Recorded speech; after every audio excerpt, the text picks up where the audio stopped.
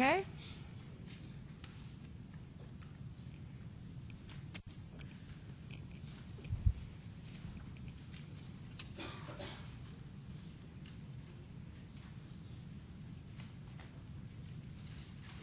What are we looking at? Alexa.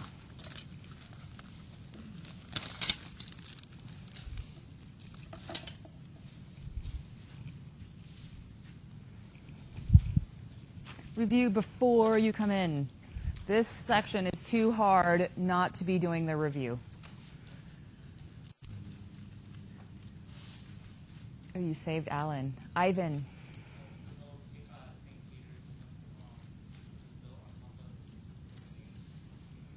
Okay, good. Let's do the vocab. What is this?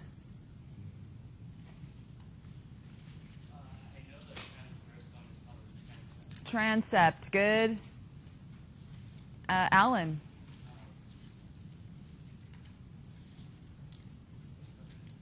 Starts with an N. Ivan, does that help you? Darren. Nave. Good. And the little vault behind the apse. Okay, good. So we've got the nave, the apse, and the transept. What kind of church is this? Alan?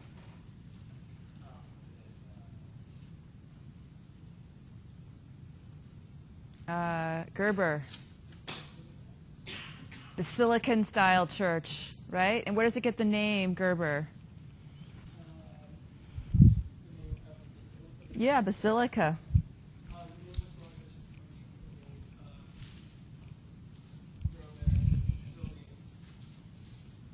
The basilica. State affairs, but it's been transformed into more of a worship setting instead of the old gate. Okay, good. It's been transformed into this large hall for worship, right? It's providing a different function in the Christian use because we have worship going on in this site, right? It's not functioning only as a place to hold offerings and display a large statue, okay? What else? Who else has some info on this? Cole. I know that the basilican style architecture benefited the church procession somewhat in that if you wanted to visit the remains of the saint that was housed here, which would have been in the small kind of outer building that was attached, you could go down the columns on either. These are the columns here, right? Yeah. So these are the aisles. Good. You could go down the aisles on either side without interrupting major services and go directly to the back to Visit the relics. And this was developed once the crowds poured into these places to see the remains, right, of these saints. And this is going to continue for basically 1,000 years of these kind of pilgrimages to these important sites. Okay? Good. What is the other kind of church that develops in this period? Mancia. The Central Plan Church. Good. And can you give me an example of a Central Plan Church? Mausoleum of Galla Placidia. Excellent. Good. And these are modeled on what Greek and Roman precedent?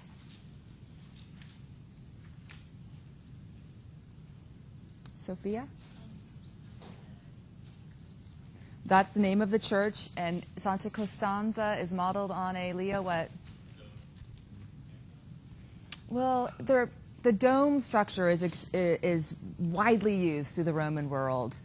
And of course, the Pantheon is our most grandiose example of it, but was also used for mausolea, right? And we know what a mausoleum is. You can still go and visit them today, right? They're a place for the holding of the remains of the dead, okay?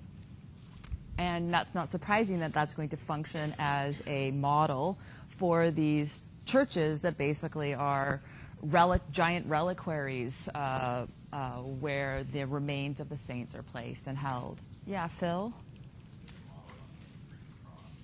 Yes, they are. What is the Greek cross? Where does that come from?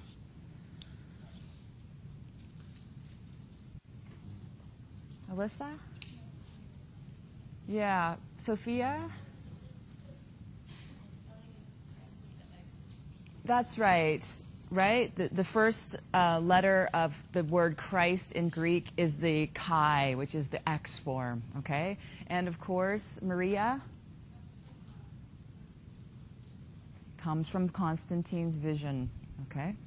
Good. And this will become the symbol of Constantine's Christian embrace and army, and we'll see it used widely. Also in these churches, right, around the apse, we see the triumphal arch form. And inside here, the Roman would expect to find a large statue of the emperor. And what we see in place now is imagery of Christ. Oftentimes, Christ the judge is placed there. Let's talk about the Byzantines. Who are these people?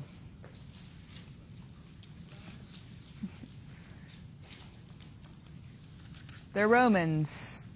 Evan? No, tell me more about the Byzantines.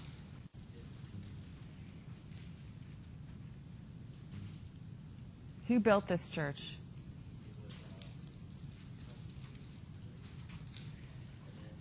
No, it's not Constantine. So better review from you.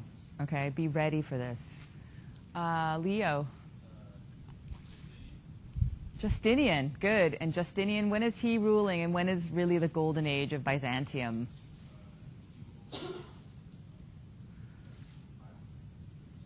Yeah, exactly. Circa 550, right? Okay, good. Tell me more about him and.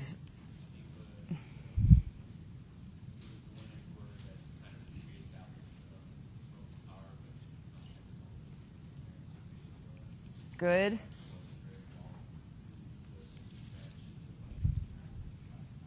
Right? Well, she might argue about that prostitution part, but yes. Once she married him, she got involved in the advisors was helpful in putting down the That's right. Okay, good. So there was a lot of kind of debate at the time. The overriding issues of the Byzantine era, early Byzantine era, was basically religious dogma.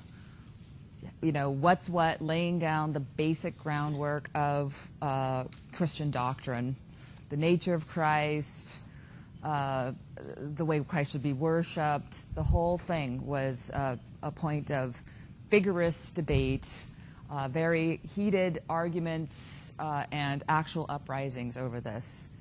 Ultimately, right, the Virgin Mary emerges as a critical answer to the debate as the basic proof that Christ was both fully human and fully divine, okay?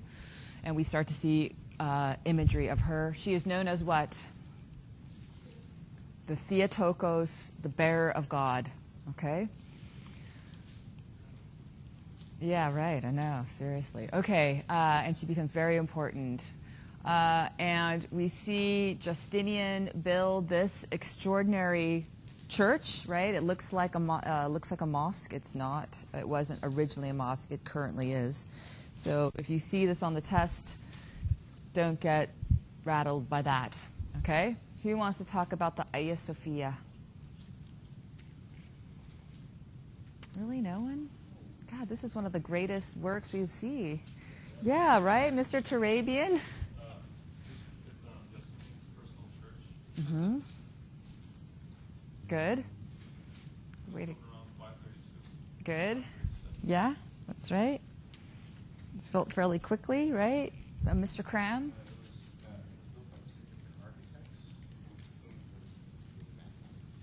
Yeah, they were mathematical theorists. One was into optics, really interesting, that really hadn't really had hands-on experience, and they came up with this extraordinary design. Where's our engineering type minds? James? Yeah, we see that here, right, in the plan. Good. And what did they do most importantly? Or a large component of this church? Sorry, it's a bad leading question. James, the most perhaps memorable part of the church? Yes, the dome. Good. Tell me about the dome. Yeah, it did.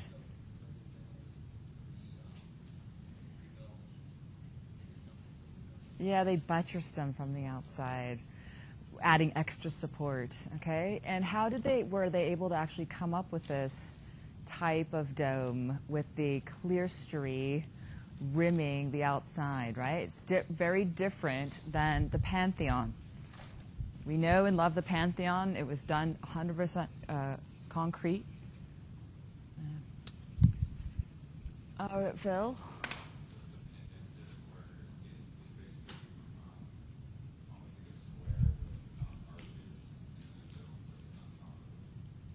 The pendentives are these triangular things, right? So basically they're taking a square floor and they're adding the triangular portions of it to enable a dome to sit on top, okay?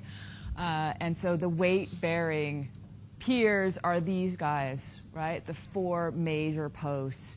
Then the pendentives, like the arched form, right, is bearing the weight load, which means that the walls themselves here can be punctured, right? So we see these kind of large vaulted sections here with a lot of windows with light flooding in. And light is going to play an incredibly important role in the inside of these churches, okay? Not only do we see a plethora of windows on all these walls, we see them around in this clerestory of 40 windows rimming the dome, which was an extraordinary effect in the day, okay? You can imagine, for people living in the 6th century, I think it's still extraordinary for us now. How did these kind of innovations reflect the religious ideas of the Byzantines? Lynn?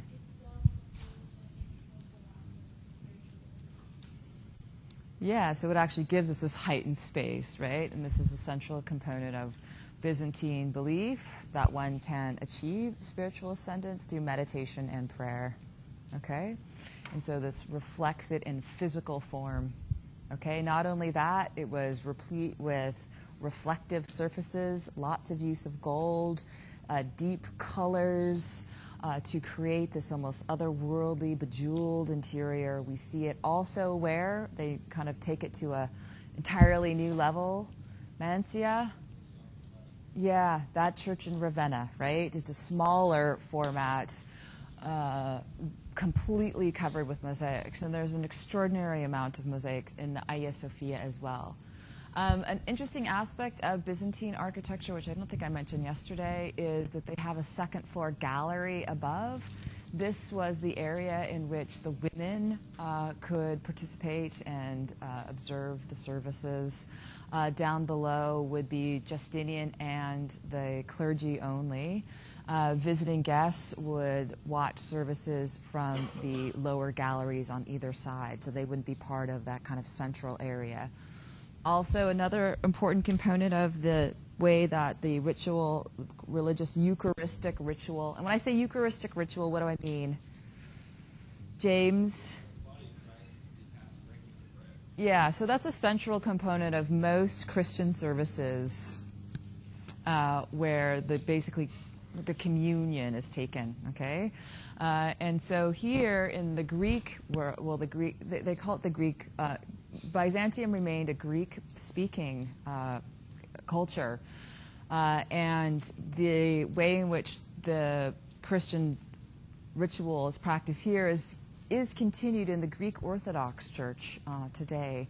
And there's actually one on Rosemead between Huntington and Colorado. There's a Greek Orthodox church on the right, and it's a central planned church, very much in the mode of these early churches. So keep your eyes peeled. Anyone go to a Greek Orthodox church? Yeah, you do? Yeah. Is it a central planned church? And it's very resplendent in the interior, and the religious ritual still, it circumambulates the altar, right? And this is reflective of this in this large dome up above.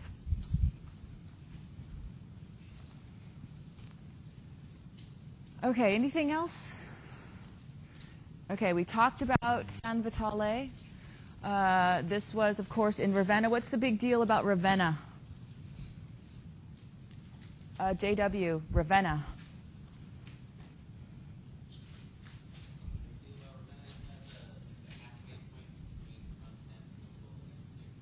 That's right, it is. And this is where Justinian is going to rule the western portion of the Byzantine Empire. Remember, he reclaims much of the area of Italy, which is modern-day Italy. It's kind of falling under constant attack, but he's going to pour a lot of money into it because this is going to be his symbolic center in the Western world. And, of course, Ravenna is the great jewel of this campaign to promote and also to extol, the greatness of Rome, the Christian manifestation of Rome. We looked at that extraordinary church yesterday, many slides of it. It is also basically central planned, right? It's kind of octagonal in shape with those 8 large piers around a central dome. And then it has this kind of an apse of its own, this kind of deep well of an apse.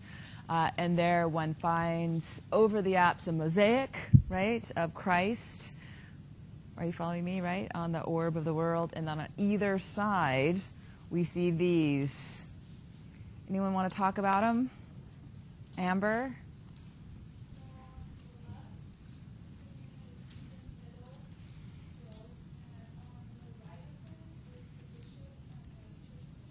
Okay.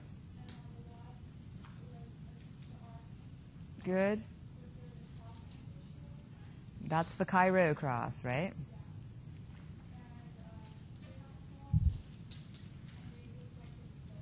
Okay.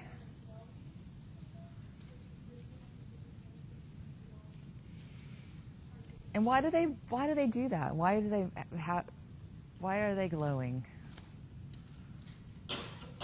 Leo? Yes, it is. Okay. And this is an example of the hieratic tendency in the arts, right? Hieratic, which is a key term, which is a purposeful abstraction done for spiritual purposes. Okay? James? Yes, he does. It's interesting. We see that in the Roman world by emperors to make the association with the Sol Invictus, the kind of sun god. And then this is something that's co-opted, and we start to see it used here. And then, of course, it's used widely to indicate holy figures. So we do see this having kind of double meaning in this. And so does Theodora has it as well, to indicate their power vis-a-vis that Roman tradition, and also the Christians are going to use it to indicate kind of a spiritual importance. Yeah, well, yeah. Or more important, a mode of, indicating their status, like a hierarchy of scale almost type of aspect. Yeah. And Amber? Oh, yeah.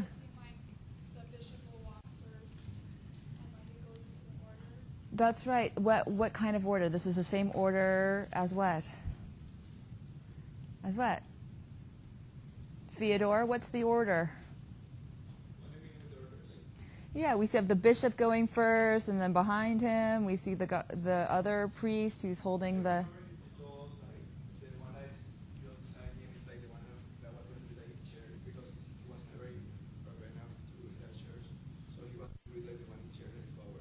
Yeah, that's right. That's another important component here. He is never visiting San Vitale. He is associating himself here with the bishop, which is empowering him, right? And also the actual lineup here indicates the way that they would process if they were actually to engage in the ambulation around the altar, which would be part of the religious ritual. Yeah, Nancy?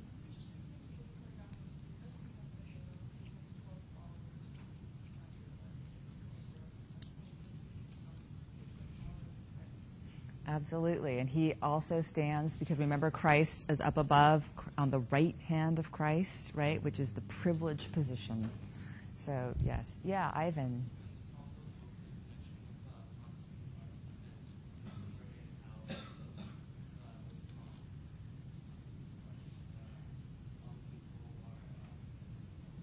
Yeah, isocephalic it's called, right? All the heads on the same level. Good, and we have seen that tendency, which, you know, traditionally people had talked about. We talked about this with the Arch of Constantine, you know, degradation in the arts, a slide out. But really what we're seeing, right, is that we see a switch in focus here, and particularly in the Byzantine world, a complete reorientation of what is most important. In this case, it's that spiritual nature of these figures, not rather their physical prowess. But it's an interesting hybrid, right? Because we see them adopting both the Roman classical aspects as well as these Christian forms. He's Roman, he's central, he's definitely posing as a Roman emperor. He's got the purple robe, the large Roman fibula, that decorative fancy clip on his shoulder. Similarly, Theodora, we have references to the classical world with this kind of architectural motif, the turning of the curtain, the opening of the curtain. So we have kind of them doing both. It's kind of a hybridization. But ultimately, formally, this is more in keeping with this new turn in the hieratic new Christian value system. Okay?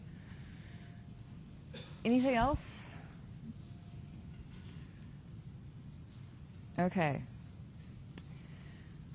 We're going to continue here with the Byzantines. And here we're going to see the continuation of this hieratic form manifest itself fully in this apse mosaic at the monastery of St. Catherine at Mount Sinai in Egypt, which was part of the Byzantine Empire at the time. This is the Transfiguration. We talked about this moment. I want to remind you this is a non-pictured key work. This particular church at Mount Sinai was built by Justinian and then dedicated to the Virgin Mary in the mid-6th century. Of course, the Virgin Mary, as we know, had this very important role to be played. And here we're seeing that moment of the Transfiguration. That is the moment in which Christ is limbed in light. God's voice announces that he is indeed the Son of God, and this is a moment that is witnessed by the apostles. James is asleep. I always remember him. John and Peter. Is that right? Yeah, okay, thank you.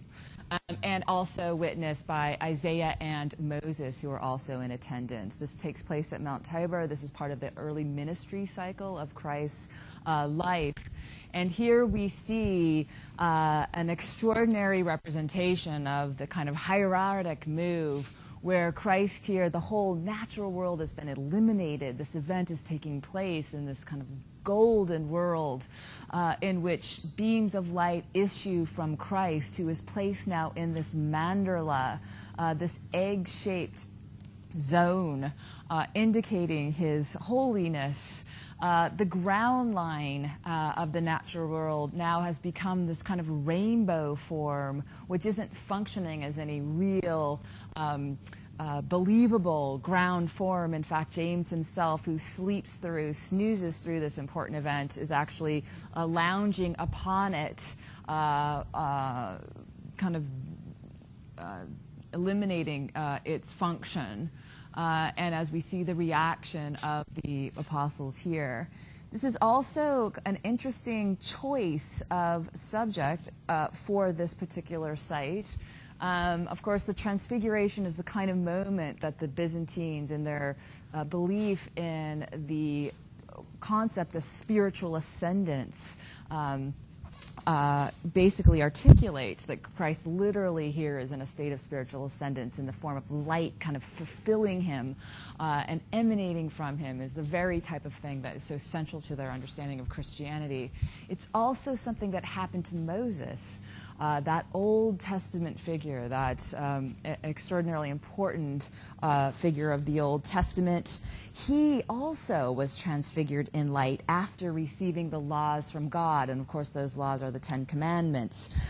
So in making this connection out Mount Sinai, it's another example of that Christian tendency to use that model of prefiguration, that fulfillment of promises, and the way in which the life of Christ is a modeling on, an answer to those Old Testament prophecies. So this is a great example of that hieratic quality, which basically is an abstract representation fixed by religious principles. Okay. This here representing this kind of metaphysical vision, if you will, the natural world being left behind. There is no sense of time or motion. All physical space is eliminated in favor of the eternal, the motionless world of religious truth. Okay? We're going to see the Byzantines are going to take this even further. And a good example of that is seen here at St. Apollinaris amid sheep. This is another apse mosaic. This is from San Apollinaire in Classe. This is part of the church, one of the churches in Ravenna. And here we see another representation of the Transfiguration in this apse mosaic. And this particular moment now is being witnessed by Saint Apollinaris, who was an important saint in Ravenna. Here he is in the center, and he is witnessing, along with James, Peter, and John, who now have become symbolized as sheep. And Christ himself appears now only as the symbol of the cross. So we get this next step in this trajectory towards abstraction, where we move towards just a world of symbols. We can see formally how stylized it all becomes. I'm giving you here a detail of Saint Apollinaris. We get a sense of glowing light emanating from him, but he's very flat, right, in these clear outlines, as is the world that is depicted. We get evidence of kind of details of the flowers and the rock forms, but they don't have any sense of three-dimensionality whatsoever. They're almost like a patterning effect on the surface. And of course, they're kind of almost physical form has been flattened, eliminated in favor of this much more two-dimensional, spiritually informed representation of this world. It's not meant to kind of convey a sense of naturalism. It's very different, let's say, than just 100 years earlier at the representation of Christ as the Good Shepherd at the mausoleum of Galla Placidia, where we see, instead of the kind of stylization, like we see the apostles here lined up as symbolized by the sheep, here we have Christ in a much more naturally conceived world, more classically informed. And when I say classical, what do I mean? Bill, what do I mean? What do you think? Yeah. Classical is more, they're more into naturalism. And this is from the Greek and Roman world, right, which we know well, okay? So you tell me, how does this look different? Miguel? Well, as you see from the right,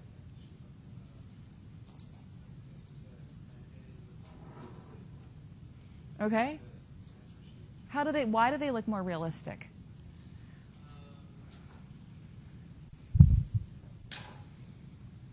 Well, we're going to be doing a formal analysis, right, for our tattoo design. So let's practice. Carlos. Well, she found on the right, it looked like they're just like acting like sheep, just like wandering around sheep. The one on the left, they look like little robots, just like they'll assemble them. Okay, so yeah, so right. So they're not really turning, twisting. Okay, yeah, I agree. Alyssa. On the right, where you have shade and shadows from all the figures in the sheep and Christ, there's a sense of depth because the landscape and procession of the rocks and the sheep in the background. Okay, good.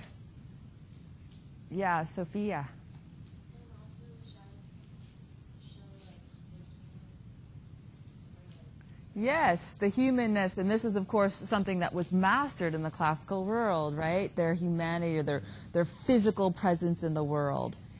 and then they look later moving towards the spiritual sense, so they get rid of the shadow. Okay, good. Yeah, good. Lynn.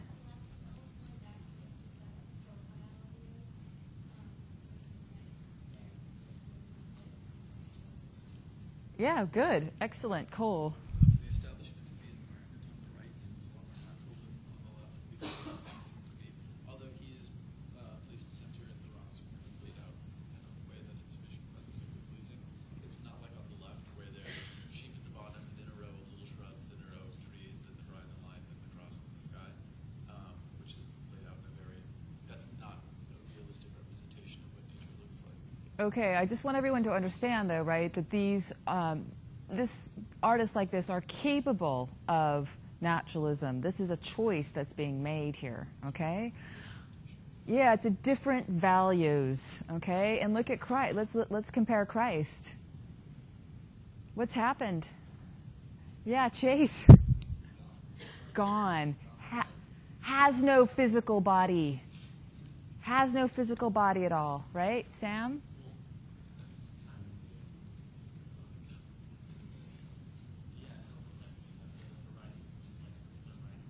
Okay.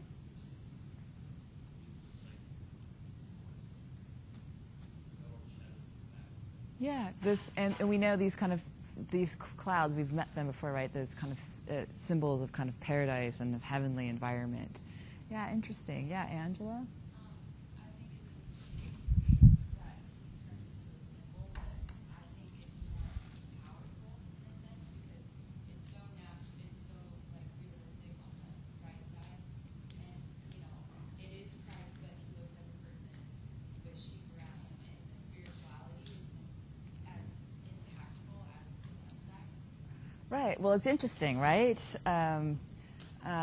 That's an interesting comment, and I think reflects, right, the different value systems at play here. Yeah. And also it kind of represents like his divinity. Yeah, I mean, this is at the heart, too, of a lot of debates, and this is a debate, I think, that goes on still in the Christian world, that difficult, conflicting nature of Christ, right? Fully human, fully divine. What? That doesn't make any sense. Explain, this is a mystery of our faith. How that is kind of articulated and how we kind of represent that and think about it as human beings. And I think we see that, right? There's two different aspects. And this was something that was central to the debate and continuing in the Byzantine Church. And clearly we see that this kind of movement towards a more spiritualized emphasis on Christ is kind of trumping at this point in the Byzantine world. Okay? I now want to look at another art form that is developing in Byzantium. So far we've been looking at the pretty public, large-scale church architecture and mosaic work. And now I want to look at a much more intimate form of art that is widespread during the Byzantine world. And this is basically the icon tradition. Icon means image in Greek. And these icons were purely devotional panel paintings of Christ, the Virgin, and saints, which were used as a personal medium to interact with holy figures. They were kept in private homes and were meant to aid in prayer and meditation. So they were very, very small, personal.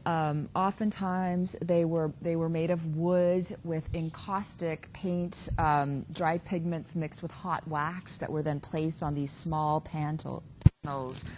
And they're prolific in the Byzantine world and became more and more important by the 7th century. The manufacture of these was quite ritualized, that once they were made, they had to be blessed. They were hung in the church for 4 days to be made consecrated or holy, and then they were taken and put into private homes. Oftentimes, other objects would surround them. Some believed that these objects had healing powers, that one could go and touch an icon and would be healed. Also, that if one prayed to the figures in the work, they could then, particularly that of the Virgin, they would then intercede on behalf of the person that was praying, that would help them. The Virgin became particularly more and more important, as we know, right? She was deemed at that Council of Ephesus in 431 as the Theotokos, the bearer of God. Here we see her taking that very central role in the small icon, and on her lap is Christ, who is formed as a homunculus. This is a little adult-like baby. Homunculus is spelled Homunculus.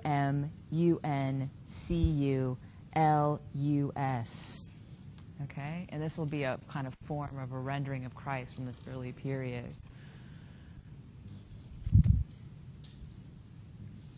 So if you're thinking that this might be kind of problematic, because we've had this kind of issue, right? We talked about this in the late antique, early Christian period of a kind of a tendency to move away from sculptural representation of Christ, and those kind of early sculptures were frowned upon, and we see the emergence of painting, and particularly mosaic, as a predominant form in the Christian church. That this kind of personal interactions with these objects that began to function really as if having powers unto themselves is going to be deemed at some point as problematic. Basically, in 726, there's going to be an extraordinary backlash against this kind of art form, and this will be a period of about 100 years known as the iconoclasm, which is going to date from 726 to 843. Basically, the iconoclasm will be a ban on such images, and another vibrant theological debate will begin about the appropriateness of such imagery in the context of worship. There's going to be violent outbreaks between the iconoclasts, those that believe that they should be banned, and the iconophiles, those that are going to believe that these are going to be important. And interestingly, the Byzantine Empire begins to have a lot of contact with the Muslim world at this point, and it's really between close contact in the East with the Muslims that this is going to be most vehemently enforced, the iconoclastic interpretation, and we're going to see the destruction of many icons, and they're very rare and precious. And just a couple years ago, many of these from Mount Sinai came to the Getty Center and were on exhibition there. The western portions of the empire tended to be more iconophilic or friendly to imagery. And I want to read you an historical account from an iconophile. This is Cyril Mongo, who wrote in 754. In every village and town one could witness the weeping and lamentation of the pious, whereas on the part of the impious one saw sacred things trodden upon, liturgical vessels turned to other uses, churches scraped down and smeared with ashes because they contained holy images. And wherever they were venerable images of Christ and the Mother God or saints, they were consigned to flames or gouged out or smeared over. During the iconoclasm, many Byzantine artists are going to migrate westward, are going to go into Europe, and are going to find employment with Frankish and German courts. Here is an example of a mosaic from a small room in the Hagia Sophia.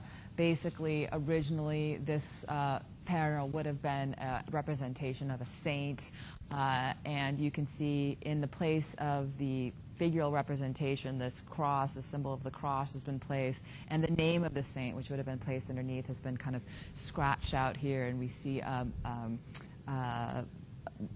replacement, and this becomes widespread throughout the Byzantine Empire. In 843, a new Byzantine emperor, Basil, of the Macedonian dynasty, is going to take control, and he is going to condemn the destruction of images as heresy, and he's going to basically restore the use of imagery in the Byzantine church. Under this new emperor, a new renewed interest in art, learning, and literature is going to ensue. Here we see an example of a apse mosaic at the Hagia Sophia that is done in this new period post-iconoclasm. We see it as a large Theotokos, and if we compare her to a icon, which I know is kind of ridiculous because this icon is about this big, and the apse mosaic at the Hagia Sophia is quite large. But if we look at these two, we can see some kind of differences between them and what kind of happens to the art of the Byzantine Empire after the iconoclastic period. How do these look different?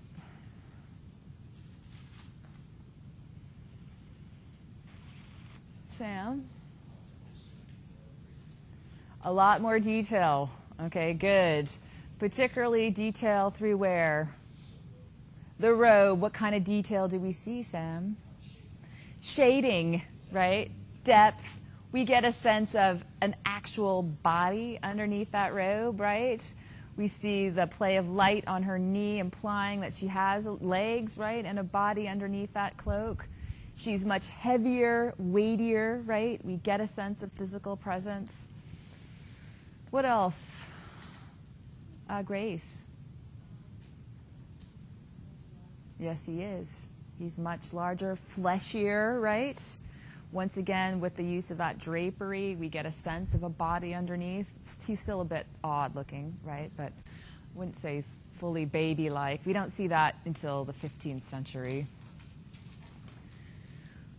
Anything else? Yeah, she's on her own. That's right. What about the environment and what she said? I mean, we still see that resplendent gold background. But what else, Nancy?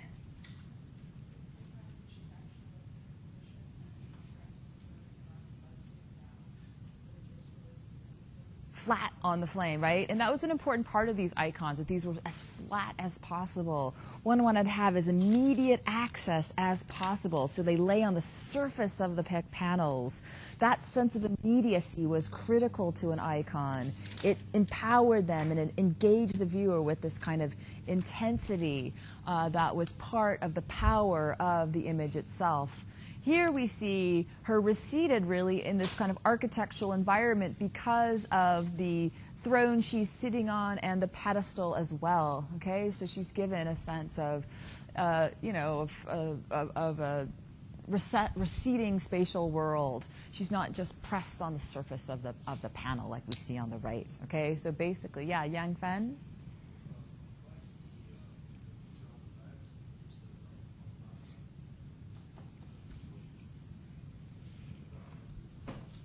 Oh yeah, we see that the mandrel, the halo with the gold leaf on the right.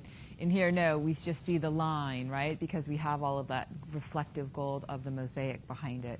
But gold still plays this really important role in both of these. And this is used widely in the Byzantine world. And we know, right, this is to evoke a sense of heightened spirituality.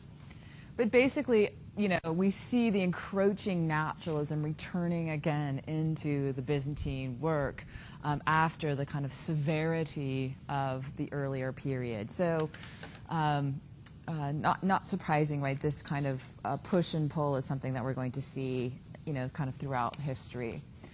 Okay, so we're going to take our break now, and then we'll come back in 10 minutes and we'll talk about Northern art.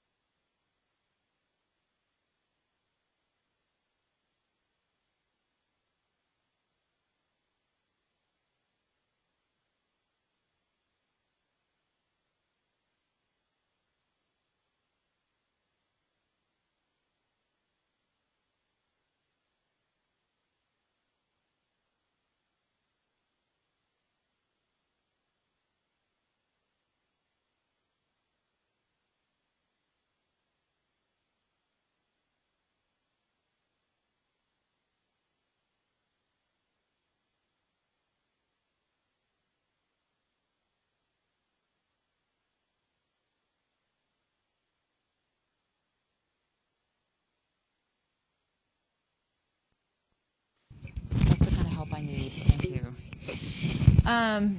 These barbarians had their own rich cultural traditions and histories.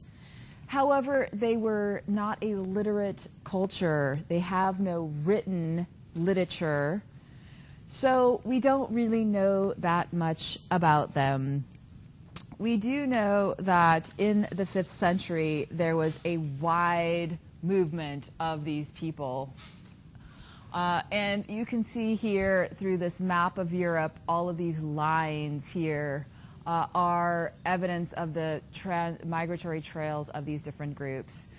They varied widely. Some of them were traveled with families, settled in areas. Others were known for their ferocious attack, like the Vandals, who are this blue line that moved through Europe from the east, settling through the area which is Spain. They were so vicious in their form that that word vandalism derives from their tribal name. There were the Visigoths as well, the white line that were moved around through, basically settled through Italy and then into Spain. We have, interestingly, also the Jutes and the Angles.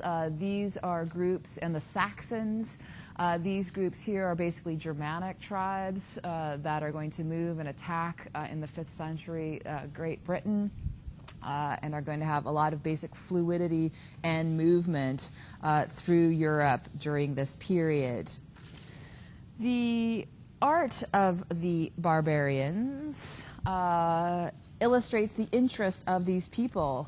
While they were illiterate, they did achieve a very high level of technical accomplishment. They engaged in the type of crafts that were common to migratory cultures. Things like pottery, textile, woodworking, and metal fashioning jewelry, as well as armor and tools. We don't really have a full knowledge of the full range of barbarian art because we just have the little bits that survive. And mostly what's kind of has tended to survive are only small status symbols, weapons or items of personal adornment, like we're seeing here, pendants, belt buckles, like the Scythian belt buckle that I'm showing you on the right. and then this stag as well. You will note that both of these are animal imagery. Zoomorphic forms are abundant in barbarian art. Yeah.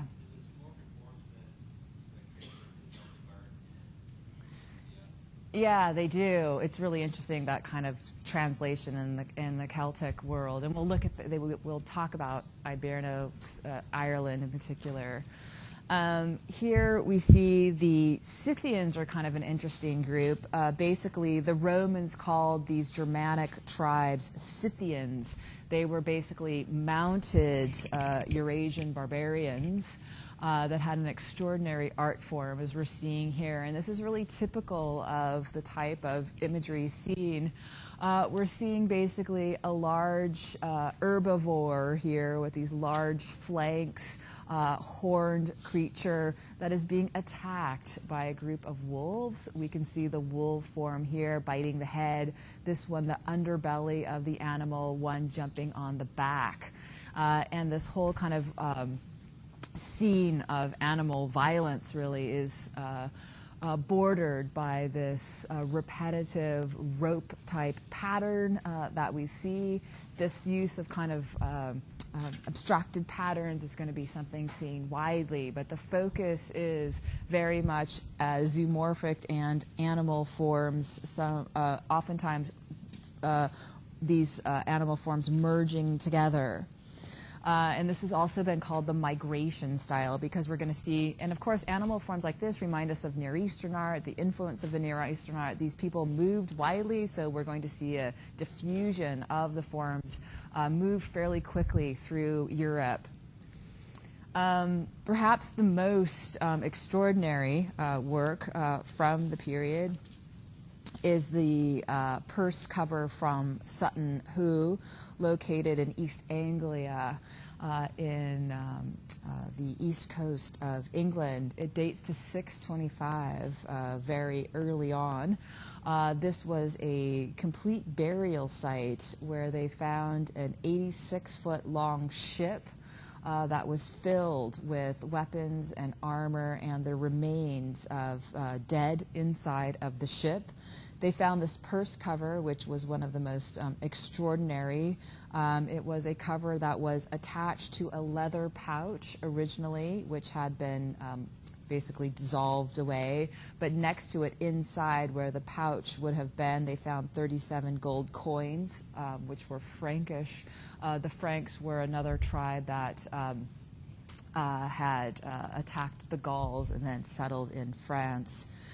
The tomb itself is believed to belong to the East Anglian Anglo-Saxon king Raedwald, who will ultimately convert to Christianity.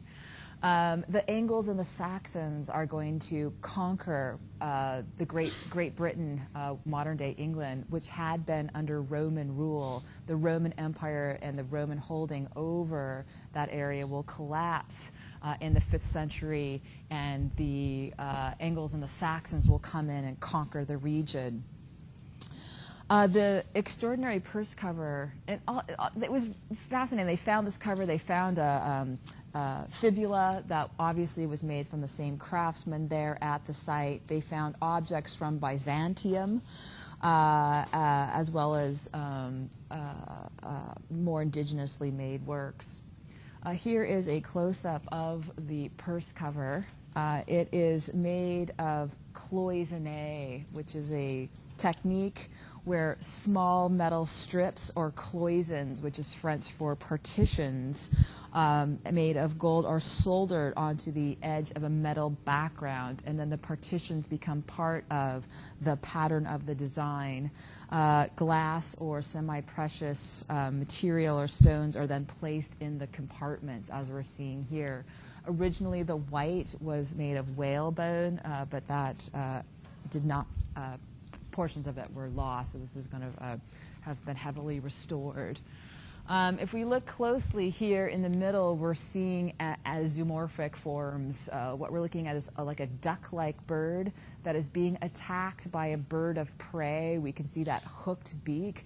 Birds of prey are a favorite motif seen over and over again. And then interestingly, on the right, either side, there's this kind of symmetry to the work. We see here a man in the center with these two forms on either side that have been described as lions or wolves with open mouths on either side of this male figure in the center. And then interestingly, above him, we see these forms here with this extraordinary interlacing pattern. And this is something that we see widely used through these migration cultures and quite sophisticated level of patterning effect, as we can see here with kind of twisting, turning, and looping, oftentimes also incorporating zoomorphic forms like we're seeing here. These kind of animal forms, oftentimes serpents are used in the twisting forms. The red here is made with garnet stones, the red associated, of course, with the emperors of Rome. This might have some association in this work. But you see this kind of very sophisticated handling of these small metal jewelry work. And this is not uncommon for these cultures that had great weapon skills, that they would parlay these same techniques into jewelry making. And obviously this was an object that was meant to display the power and wealth of the deceased. Interestingly, in the kind of epic story Beowulf, which was written a couple centuries later, but is believed to have been telling a tale of a Danish fighter from this very period. It describes a burial where a king was buried in a ship and land, so could be a correspondence there. Beowulf was just recently made into a film, so in the spirit of the time, you might want to watch that over the weekend. There was an oral tradition, and then the actual text was written down a couple centuries later, like the Homeric legends. The Vikings were another one of these migratory cultures that existed in Europe at the time. They are particularly interesting because unlike Raedwald and the Anglo-Saxons that are going to Christianize in the 7th century, the Vikings are going to remain pagan until the 11th century, extraordinarily late. They are going to be extraordinary sailors. They are going to develop a special ship around 800, which is going to basically be powered through oars, which is going to allow them to travel widely. And the Vikings are going to be kind of a bane of the Western world, going in and attacking and sacking coastal cities. They are going to harass England and Ireland constantly. They are going to sail to Spain through the Straits of Gibraltar. It is believed that they sailed into Byzantium. They have found evidence of Byzantine and Near Eastern works and objects in northern graves of the Vikings. It's also believed they may have made it all the way to North America. The Vikings had great contact with all sorts of different artistic traditions.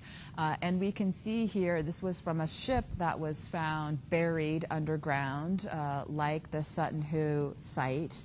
But all that remained of this was just the ship and 2 female bodies that were found inside, kind of interestingly. And this post, which was part of the ship, represents the kind of Viking aesthetic. We see, once again, that zoomorphic form, the gnashing teeth of this powerful lion figure with the bulging eyes. head of the face is formed through those interlinking patterns, which may suggest the Viking had contact with the Anglo-Saxon tradition of that suggested in the Sutton Hoo burial site. Yeah. I guess you could, right? But they found a similar kind of aesthetic in like weapons from the Vikings, like axe heads, that type of thing. So, but this particular, yeah, it would be. This was a definitely funerary. And oftentimes there was written record of the Vikings actually sending these ships and burning them at sea. This is one of the rare finds where it was actually found buried underground. Yeah. Question? Underground. Yeah, it was found on land. Yeah, the Sutton Hoo ship is 83 feet long, and I think this is half as long. I do know. Oh no, it's 70 feet long. Still quite big ships. And as I said, there was 2 women found, the remains of 2 women. A woman that was 60, another one that was 25 years old. They were just skeletons, but they did find a bit of fabric on one of the women that suggested that they were wearing wool with silk embroidery on it, which is kind of interesting. And it's kind of one of these stories. It makes you kind of wonder what had happened, you know. But yeah, the very powerful zoomorphic form with that interlacing pattern is very typical. As I said, the Vikings are extraordinary because they are going to remain pagan for so long. However, when they do become Christian in the 11th century, they are going to build some extraordinary churches, which are called stave churches, which are basically built in wedge-shaped timbers placed vertically. It is basically a form derived from shipbuilding, which was their expertise.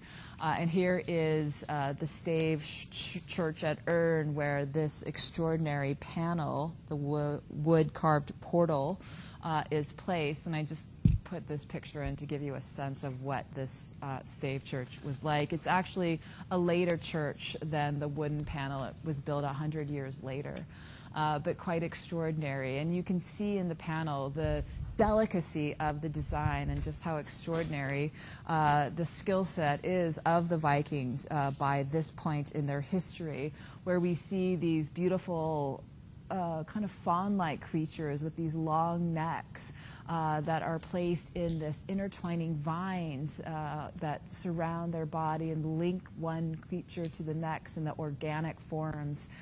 Very elegant and beautiful object, referencing the, many years, basically culminating in this form.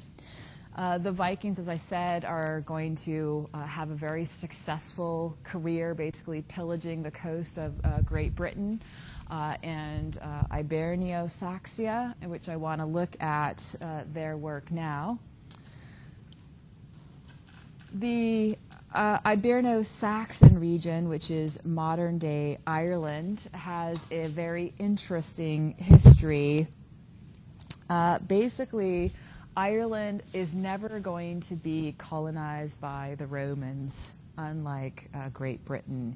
So the indigenous people, the Celts, are going to live there without any contact, with minimal contact with the Roman world. In 432, they are going to become Christianized by Saint Patrick, who is going to establish a church in Ireland and then begin Christianizing the Celts. And that's kind of an interesting story unto itself. Saint Patrick originally had been from the European mainland and had been captured by the Celts, and that would go on basically ships, and then they'd go and they'd grab people and enslave them. And he was brought back to Ireland, where he worked as a slave shepherd. For the first, went from he was about 12 to 21 or something like that. And then he escaped and was able to return, and he was from an educated family where he heard a calling to devote his life to Christ. He became a priest and then decided to return to Ireland, or also Iberno-Saxia at this point, and bring the Christian doctrine to the Celtic people. Because he'd had the experience there, he was aware of their pre-existing religious practices. And so he was able to basically make kind of a almost malleable interpretation of Christianity to fit the pre-existing Celtic beliefs. And so Christianity was successfully embraced by the Celts in a non-violent form. It's one of the only examples of Christianity being embraced in a non-violent way by these people. And they really kind of came up with their own interpretation. And we see a lot of their own calendar, some of their own practices, and St. Patrick was really quite rogue by not kind of conforming to the kind of more mainstream church interpretation. And he's going to be extremely successful setting up a series of kind of monasteries there, and it's going to be, interestingly, the main site where classical learning is going to be continued to exist, practiced, and many classical books are going to be copied in these monasteries, which were ultimately developed by St. Patrick's successors. Really very, very interesting. There's actually been a very interesting book. If you're Irish or you're interested in this subject, James, you might want to read How Ireland Saved Civilization, I don't know, by Thomas Cahill, because it talks about how these monasteries offer this kind of sanctuary for education in a totally violent, uneducated period after the fall of Rome. Part of the reason it's so totally extraordinary is that at the time Ireland didn't even have towns. I mean, it was totally agricultural, run by, kind of not warlords, but kings, people that, power was basically in the hands of a very, very small group, and they ruled through force through the region. Here in this cross, we see an interesting kind of conflation between the pre-existing Celtic forms, which were renowned like the other migratory cultures, these kind of interlacing patterns like we're seeing here. This stone where it's cut into the shape of the cross, and we see on the figure, a little figure kind of crudely rendered by an artist that obviously has no association or exposure to classical art in any form, rendering this kind of little figure and this kind of gesture of a blessing staring out in the kind of combined view that we haven't seen for a very long time. Traditionally, these kinds of crosses or markers were placed at sacred places along roads. And it is believed that they were basically co-opted by the Christian missionaries or monks and pre-existing Celtic form, and then given this kind of Christianization here and turning it into a Christian form. Interestingly, in these monasteries, the book arts are going to emerge in Ireland, and we're going to see, because of the importance of the Bible and the Gospels in Christianity, we're going to see within these monasteries books, particularly Gospel books, being written, and every aspect of these was, hand-wrought. We're seeing here a Book of Duro from Ionian Scotland. Basically, Saint Columbo is going to be a Irish-based priest who is going to set out to minister to the Picts, another indigenous group based in Scotland, and he is going to go and set up a important monastery called St. Cuthbert's on the island Ionia off the Scottish coast, and from there he is going to convert the Picts. And this is going to be a very important center of learning where this book is going to be crafted We're going to see illuminated manuscripts, or these illustrated gospel books are going to be made entirely by hand. This is going to be a practice that's going to continue through the 15th century when the printing press is finally invented in the Western world. We're going to see that these early monks are going to make codices, rather than the scroll form which had been used in the classical world. From basically 400 or about the fall of Rome onwards, the codex is going to be more popular. And interestingly, they're going to use parchment, which was animal skin that was dried and stretched. This was an invention actually from the ancient city of Pergamon. You'll remember them. They are going to invent it, and it's going to be used widely in these codex books that are going to be completely handmade. Important part of the monastery was the making of the books. This would take place in the scriptorium, where clergy members or scribes, monks would then copy pre-existing books. And this, of course, was done by this kind of educated elite. Many of the monks in the monasteries were the sons or brothers of the local kings that would send their family members to get educated in these sites. They were, for the most part, the monks had families that lived with them in the actual monastery, and they were tended to by slaves, and their job was basically to focus on meditation and the copying of these books. Quite extraordinary to think in a land of just kind of wildness that these monasteries were functioning. You can see here by the Book of Durrow the small figure of man, which is the symbol of St. Matthew, kind of peers out at us. It's very kind of primitively rendered, as you can see. There's really more interest in his cloak, really, than there is in the kind of any human corporeal aspect. His little face peers out of us, but we see this extraordinary kind of patterning effect of his cloak. And then, of course, the border with this magnificent interlaced, intertwining form, which was part of that indigenous tradition of the Celts. Another page, a carpet page, a page devoted completely to illumination. We see an abstracted design, circular in form, of different intertwining, looping designs. This is going to be something that's going to be repeated. These books are going to be, while very precious, are going to be copied widely by the monks, and we're going to see other evidence of similar style of design. Perhaps the most famous is the Lindisfarne Gospel book that was made at St. Cuthbert's. This book dates to about 700.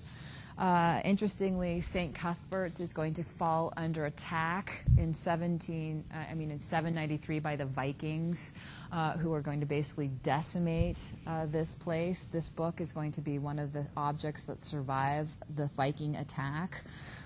You can see how extraordinary and refined the design becomes in these. This is a cross carpet page where the page devoted to design has here a cross as the central motif.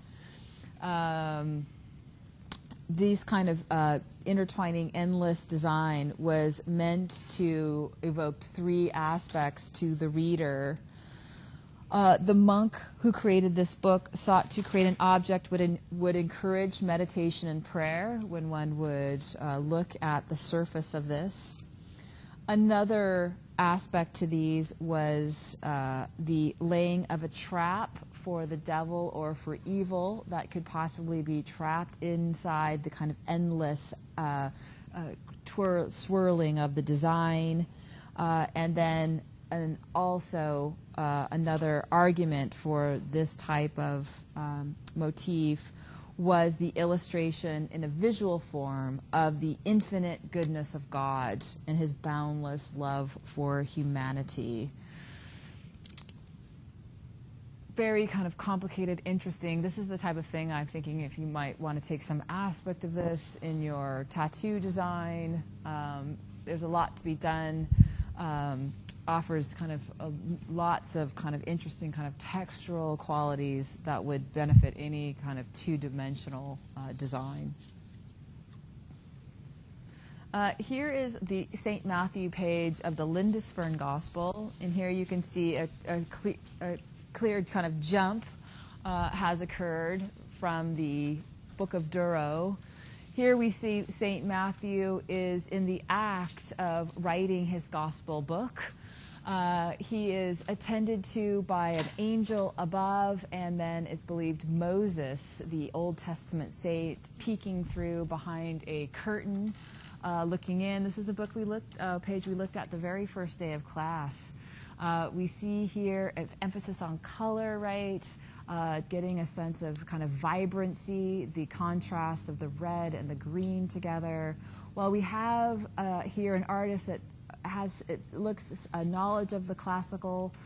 We see the motif of the curtain peeled back, an attempt at creating an object that recedes into space. Is much more kind of abstracted and vibrant, indicating an interest in these kind of pre-existing motifs and patterning effect than really an embrace of any kind of classical form.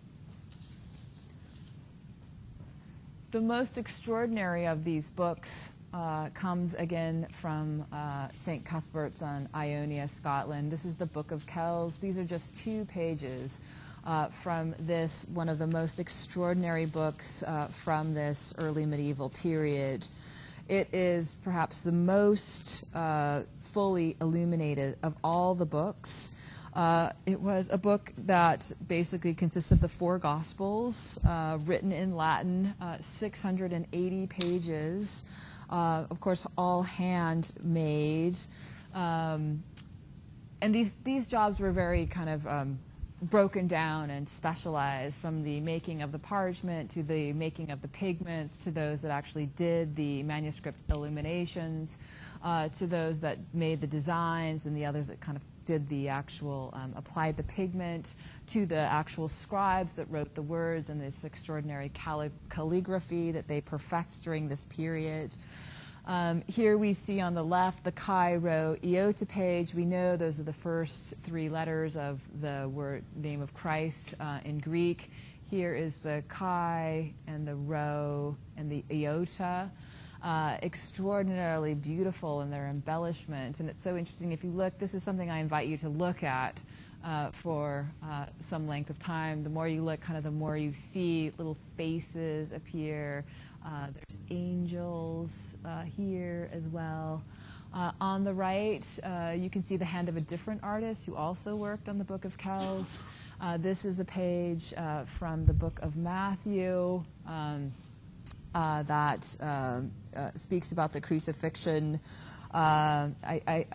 It's called the Tunc Crucifixatum page. Thus, therefore, they crucified Christ, and with him 2 thieves. And this is written, the text is written here, and you can see that the actual design here, the letter T here has been turned into a dragon. Here is the kind of wing of the dragon, the feet, the claws that hook in to this section here, and then the dragon's head issuing these kind of flames here.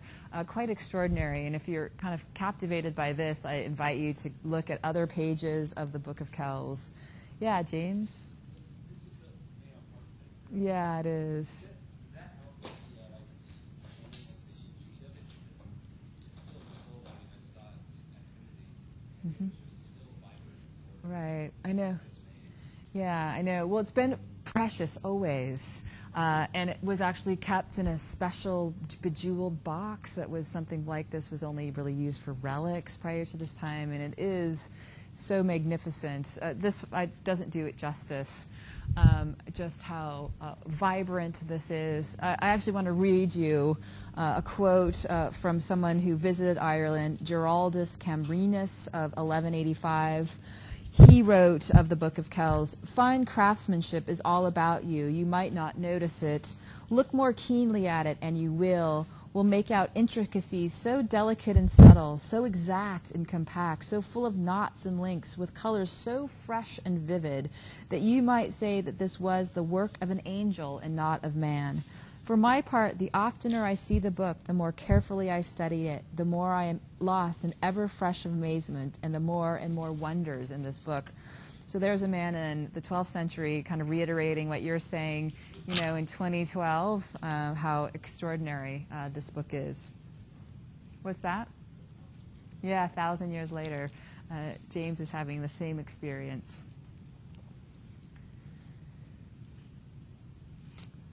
We're going to look at Carolinian art, which is a period that really begins around 800, is ushered in by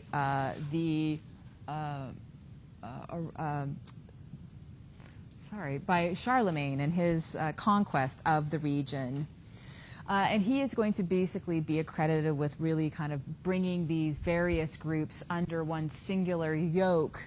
And from this, he is going to create a medieval civilization out of the divergent tribes, migratory people by, at this point, 800, who have settled down and begun a settled existence.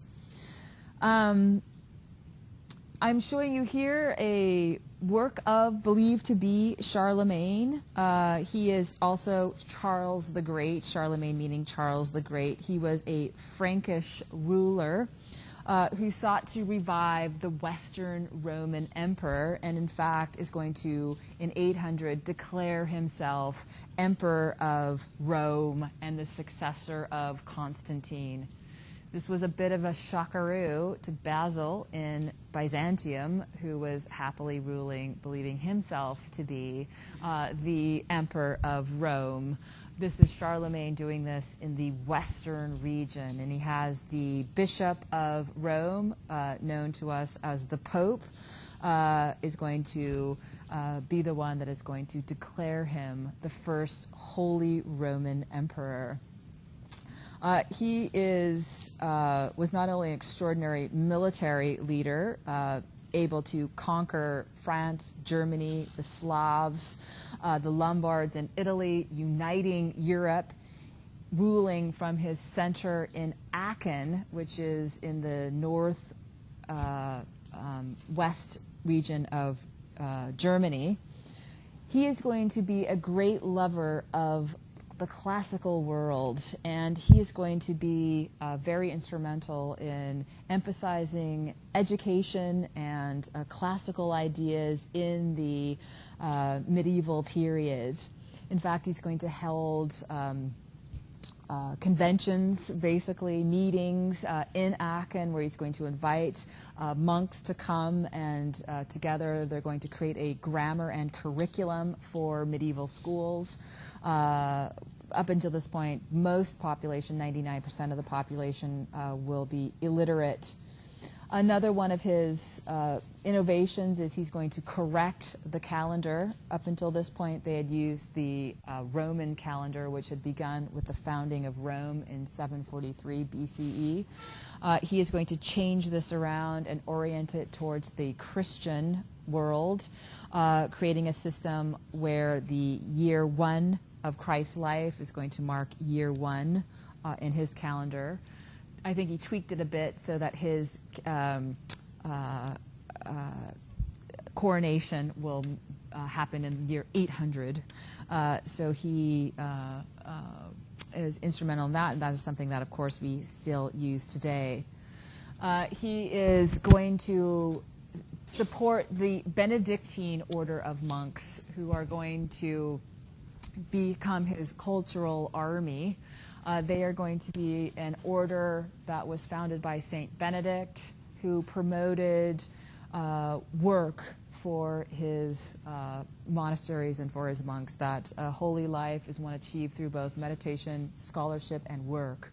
And he is going to promote that his monks work in monasteries and are going to service their own selves. There's not going to be a slave class. They are going to go out and actually teach people within the community as they come into the monastery. They're going to do their own cooking, their own farming, and basically be self-sufficient. And this group is going to enjoy an elevated status in Charlemagne's reign. And of course, because of Charlemagne's admiration for classical ideas, we are going to see a new interest and influence from the classical world. And we see that evidence even in his equestrian portrait, which of course we see him modeling himself on the equestrian portrait of Marcus Aurelius, that only existing classical imperial sculpture, which of course was believed to have been Constantine. We see here Charlemagne taking the same cues, making himself appear larger than life. He has in his hand the orb of the universe, speaking of his dominion over large swathes of land. Here in a much smaller 9.5-inch high bronze. One of the interesting developments during the Carolingian period, it's called Carolingian after Charlemagne's name, is the organization of information and of, here we see a monastery. It's going to be in Charlemagne's reign where we're going to see the books be divided into chapters and kind of an organization of information. Here we are seeing a schematic plan of a monastery, which was designed in 819 under the direction of Charlemagne, who held another council to come up with the most efficient way of organizing a Benedictine monastery. He's going to invite submissions, and this is going to be the one that they're going to go with. It now lives in St. Gallen, Switzerland. That's where it gets its name. And it was built on a basically basic unit or module of a half a foot, so it would be something that could be easily replicated in various places, like so basically this kind of base core design wasn't something that was come up with by IKEA. This is something that we've seen from the 9th century onward. And here is the plan itself. You can see it's modeled around a large basilican-style church. One would enter into the monastery this way, and one is greeted by these large towers called Westwork Towers on either side. And here is a 3D model. And this whole plan has experienced a whole kind of explosion of interest as kind of architects of our own period have discovered it and have remarked on how well organized and how well planned this is. And here is just a 3D model of it to give you a sense of what it would have been like. It was just basically a model which basically an abbot could pick up and then use in the construction of his own monastery. One would enter here and you would see these large towers on either side and would be able to go into the basilican-style church. Then off the church in a very kind of smart manner, in the sunniest part of the area, one would find the cloister, and this is this kind of special area reserved for the clergy.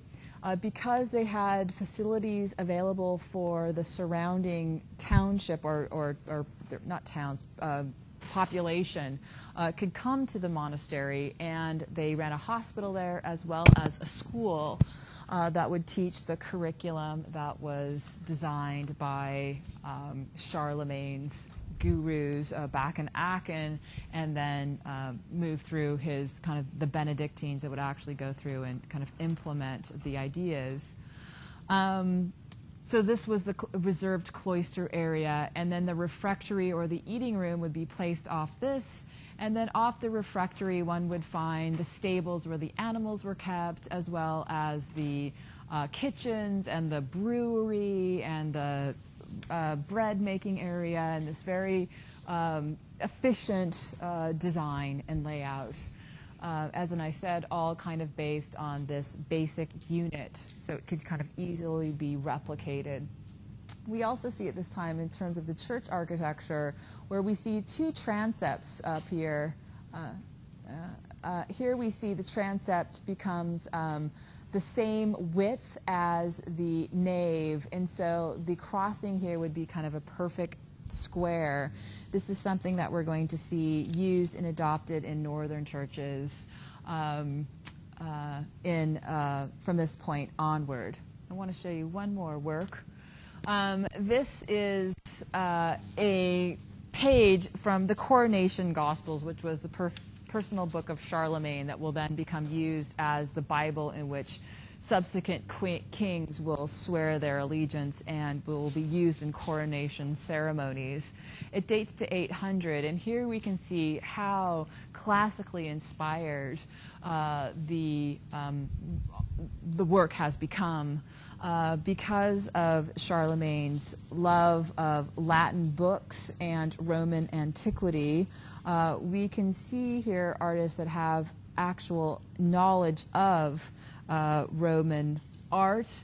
We see here a very classically inspired Matthew who is writing his book. We see him in the actually seated in a classical type chair. He is wearing his drapery around. We see his legs, deep shadowing effects, sandals in his foot, very much reflective of this interest in the Greek and Roman world as advocated by Charlemagne. I think I'm at the end of my line here. So we'll pick up the rest on Monday. And so do some review over the weekend, getting ready for our test on